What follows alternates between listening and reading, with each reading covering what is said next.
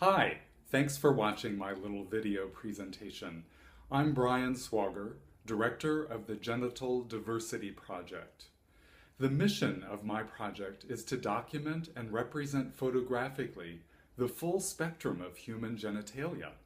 My primary purpose is to create a resource for myself and for my colleagues to use when we teach medical students to do genital exams.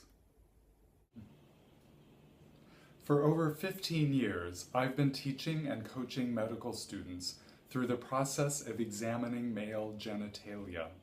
My female colleagues teach the gynecological exam, and my transgender colleagues help to familiarize the students with issues specific to transgender patients. My goal with the Genital Diversity Project is not only to make a book of photographs that will serve as a resource during our teaching sessions, but also to make an educational resource for all medical students. The students need to learn about the numerous variations of genitalia that they will encounter in their practices. To be used clinically, the photos must be made and presented in a non-sexualized way. And while plenty of photos of genitalia are readily available on the internet, most of them are pornographic in nature and generally do not represent the range of diversity that is necessary for an educational tool. I've realized that our culture has a lot of hang-ups about genitals and sexuality, and that our cultural discomfort with genitalia and sexuality extends throughout the medical community. Because of this, patients are often shortchanged when it comes to genital examinations and consultations regarding their sexual health.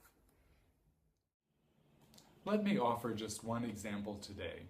According to the National Cancer Institute, testicular cancer is the most common malignancy in men aged 15 to 34 years. Also, most physicians agree that examining a man's testicles should be part of a general physical exam. Yet the alarming truth that I've discovered after interviewing hundreds of men in this higher risk age group is that most physical exams do not include testicular exams. Testicular cancer is one of the most treatable and curable cancers, but we need to find it, preferably early, before it spreads, in order to treat it. I believe that a collection of straightforward photos that displays and discusses the spectrum of human genitalia will help to demystify and normalize this part of our bodies, while encouraging positive dialogue that will alleviate excessive and irrational anxiety over dealing with genitalia. Students are extremely grateful for our teaching, and they repeatedly tell us that they themselves have never experienced, as a patient, an exam as thorough, pain-free, respectful, and compassionate as what we teach. Largely, I believe that this is because we educators are so comfortable with and knowledgeable about our genitals. I believe that my book of photographs will be valuable for the general public as well. In our culture, there's a lot of shame around the genitals. People worry that their genitals are not normal, or don't look right, or don't smell like, or don't work right, but often these concerns stem from a lack of knowledge and awareness of the truth about our genitals.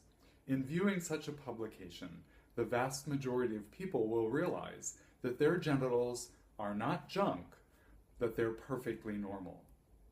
Thanks again for your interest. Please consider supporting the project financially, by spreading the word, and/or by volunteering as a model if you live in or plan to be in the San Francisco Bay Area in the near future. Thank you.